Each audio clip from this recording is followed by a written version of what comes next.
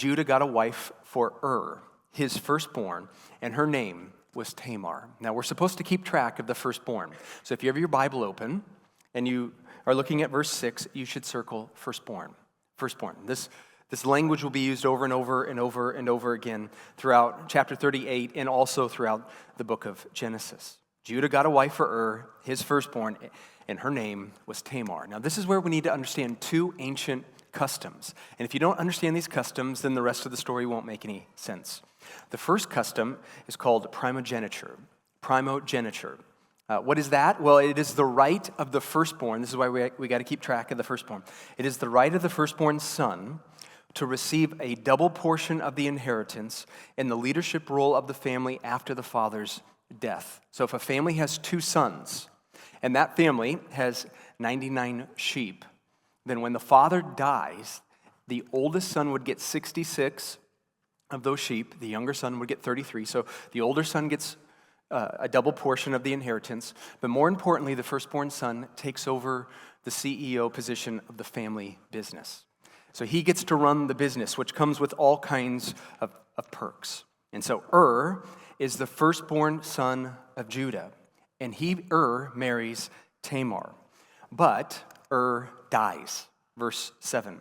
Now Judah's firstborn, was evil in the Lord's sight, and the Lord put him to death. Now, we aren't told how he died, so I just made it up. So I asked ChatGPT to put it up there. So there it is. There's a little crocodile here, eaten by a crocodile, or however he dies.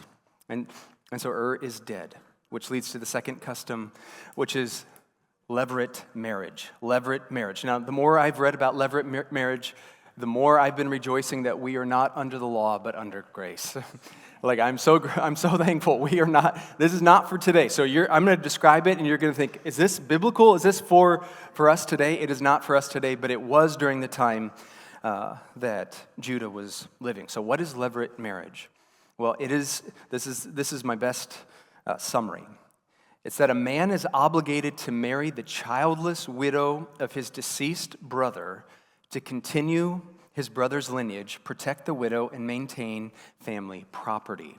The child from the widow is considered the child of the first husband. What does that mean? Okay, so is dead. And Tamar had no children, and is dead.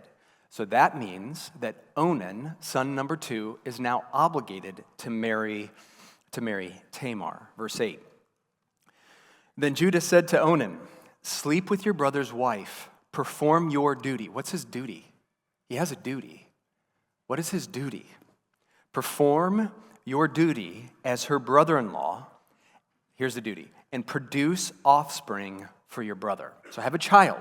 Have a child on your brother's behalf. And so Onan marries Tamar. So he does this. He actually marries Tamar. Now, if Onan and Tamar have a child, whose child will this child, or whose parents, or whose dad, I should say, will be able to claim this child? Well, the answer is So is dead, but the child between Onan and Tamar would be counted for inheritance purposes to be the son of So this is what verse 8 is saying.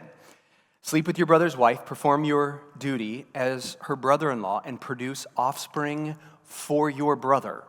You are producing offspring for your brother. So from an inheritance perspective, that child would be counted as a child of So Onan would raise the child, but that child would get the inheritance rights of which leads to scene number 3, Onan's scheme. Onan's scheme. He doesn't like this idea. Onan understood this, but he does not like it. In verse 9, it says, "But Onan knew that the offspring would not be his." What does that mean? Of course, the offspring would be his biologically, but not from an inheritance perspective. It says, "So whenever he slept with his brother's wife, he released his semen on the ground so that he would not produce offspring for his brother." Now, a lot of you are thinking, I didn't know that verse was in the Bible, but there it is. Verse 9, it is in the Bible. What he did was evil in the Lord's sight, so he put him to death also. So God says, Onan, you're dead. You're dead. Onan, you're dead. Now, why is this evil? You read it, and it's maybe confusing at first. You're like, what's going on? Why is he doing this? It's a little confusing, but why is it evil? Well, there are a lot of reasons. One of them is that it's greedy. It is greedy. It is a deeply greedy act. Onan wanted to inherit as much as possible. And so we have a slide here, if you want to put that up there. So there's Judah with the daughters of Shua. I don't know why the kids are so small in that picture, but there they are. I trust they're normal-sized people in life. But okay, so the daughter of Shua and Judah, they get married and they have 3 sons. Now is killed by God. He's killed by God. And this is what Onan knows. So if Onan has a child with Tamar, then that child would be considered Er's son and would step into the place where he would inherit what would inherit. So if Onan says, okay, here's what I'm going to do. I'm not going to give any children to Tamar, then Onan would step into the position as the firstborn son from an inheritance perspective.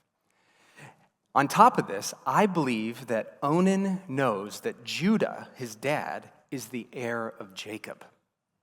Now, you may be thinking to yourself, Judah is not the oldest son of Jacob. Well, this is why we got to keep track of the genealogies here. Who's the oldest son of Jacob? Jacob had 4 wives. That's 3 too many, in case you're counting. But he has 6 sons with Leah. Reuben, Simeon, Levi, Judah. Those are the first 4. But Reuben had disqualified himself from being the heir because he slept with his dad's concubine, Bilhah.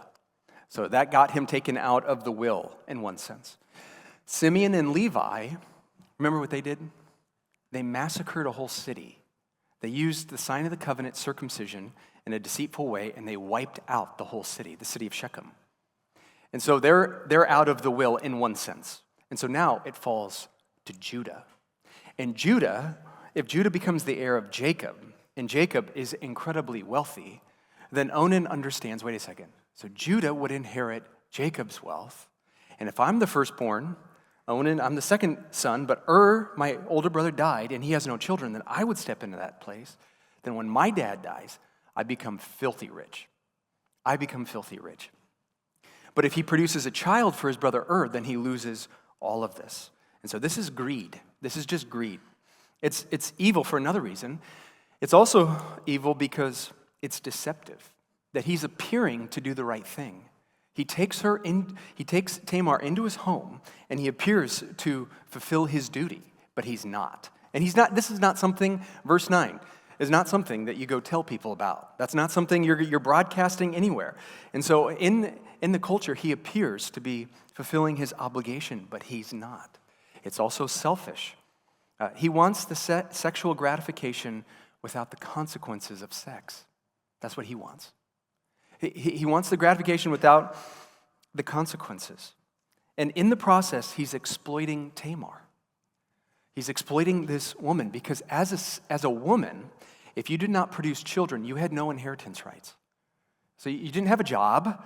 You couldn't own your own company. You couldn't own land. You really couldn't do anything to provide for yourself except for having children. And then through your children, you gained inheritance rights. And so if Tamar does not have a child, then she's going to be poor and dependent on other people.